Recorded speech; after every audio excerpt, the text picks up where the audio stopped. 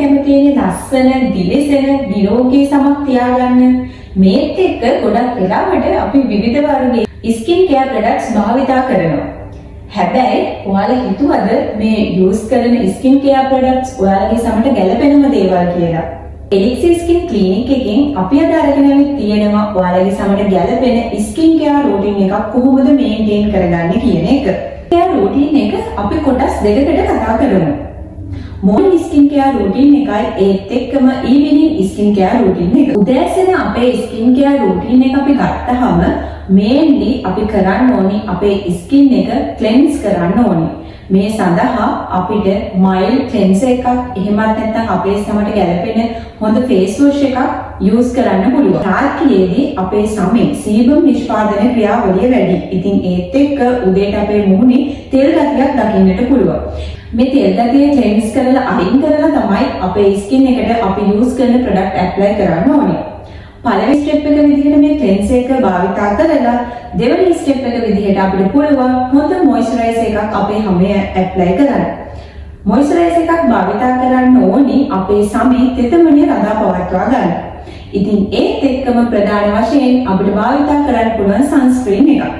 සන්ස්ක්‍රීන් එක ගත්තාම සන්ස්ක්‍රීන් එක SPF අගය 50ට වැඩි එකක් තමයි අපි භාවිතා කරන්න ඕනි. මොකද ලංකාවේ තියෙන අවුවත් එක්ක අනිවාර්යයෙන් SPF අගය 50ක සන්ස්ක්‍රීන් එකක් අපි භාවිතා කරන්න ඕනේ. සන්ස්ක්‍රීන් එකක් අපි භාවිතා කරන්නේ ඇයි?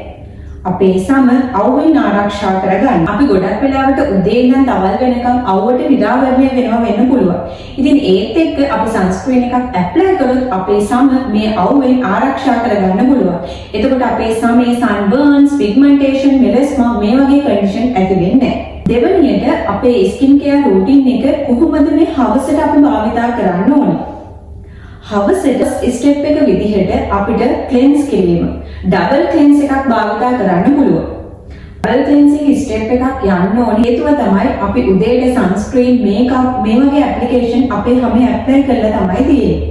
ඉතින් මේ නිසා අපේ හැම හොඳින් ක්ලෙන්ස් කරගන්න ඕනේ. මයිල්ඩ් ක්ලෙන්ස් එකක් භාවිතා කරලා ක්ලෙන්ස් කරලා ඊට පස්සේ අපිට මයිල්ඩ් ෆේස් වොෂ් එකකින් අපේ මුණ හොඳින් වොෂ් කරගන්න පුළුවන්. ඊට පස්සේ අපිට පුළුවන් අපේ සමේ අපි භාවිතා කරන ප්‍රොඩක්ට් සීරම් එකක් වෙන්න පුළුවන්, නයිට් ක්‍රීම් එකක් වෙන්න පුළුවන්.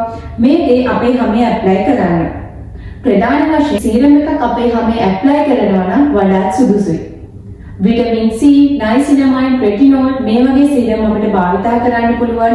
මේ සීරම් අපේ හැමේ තියෙන තත්ත්වයට ගැලපෙන සීරම් එකක් වෙන්න ඕන. රාත්‍රියේදී අපේ සමේ සෛල හොඳින් වර්ධනය සිදු වෙනවා. ඉතින් මේ ක්‍රියාවලියට සපෝට් එකක් විදිහට අපිට මේ වගේ ප්‍රොඩක්ට්ස් අපේ සමේ ඇප්ලයි කරන්න පුළුවන්. තුන්වෙනි ස්ටෙප් එක විදිහට අපිට පුළුවන් මොයිස්චරයිසර් එක ඇප්ලයි කරන්න. රාත්‍රියේදී අපේ සමේ තෙතමනේ හොඳින් රඳවා පවත්වා ගන්න මේ මොයිස්චරයිසර් ඇප්ලයි කිරීම වැදගත් වෙනවා. ඊස්තටිෂියන් කෙනෙක් විදිහට ඔයාලට මම පොඩි ඇඩ්වයිස් එකක් දෙන්න හිතුවා. අපි ඕනම ප්‍රොඩක්ට් එකක් අපේ හැමේ ඇප්ලයි කරද්දී ඉවසීම වැදගත් වෙනවා. මොකද දවසක් දෙකක් අපි සීරම් එකක් හෝ ක්‍රීම් එකක් අපේ සමේ ඇප්ලයි කරලා ප්‍රතිඵල නැහැ කියලා ක්‍රීම් එක එහෙමත් නැත්නම් සීරම් එක නතර කරන්න එපා. මොකද හොඳ ප්‍රොඩක්ට් එකක ඇක්ෂන් එක එන්න ටිකක් කල් යනවා. දෙවැනි ඇඩ්වයිස් එක තමයි ගොඩක් සැර කෙමිකල්ස් ඉන්ක්ලූඩ් වෙලා තියෙන ප්‍රොඩක්ට්ස් භාවිතා කරන්න එපා. එහෙම වුණොත් අපේ හැම ඉරිටේට් වෙන්න පුළුවන්. අනිත් දේ තමයි අපි ඕනම ප්‍රොඩක්ට් එකක් අපේ හැමේ ඇප්ලයි කරන්න කලින් ටෙස්ට් පැච් එකක් කරන්න ඕනේ. ප්‍රොඩක්ට් එක අපිට සුදුසුද අපේ හැමට ඇලර්ජි වෙන්න පුළුවන්ද කියන එක අපි බලා ගන්න එක ගොඩක් වැදගත් වෙනවා. ඉතින් මෙන්න මේ වගේ පොඩි දේවල් කීපයකින් ඔයාලටත් පුළුවන් දිදුලන ලස්සන නිරෝගී සමක් ලබා ගන්න. මේ වගේ ගොඩක් ස්කින් කෙයාර් ටිප්ස් අපි ඔයාලට අරගෙන එන්න සූදානම්ෙන් සිටිනවා. දිගටම එලික්සිර් ස්කින් ක්ලිනික් YouTube නාලිකාවත් එක්ක එකතු වෙලා ඉන්න. ඒකෙම subscribe කරන්න අමතක කරන්න එපා.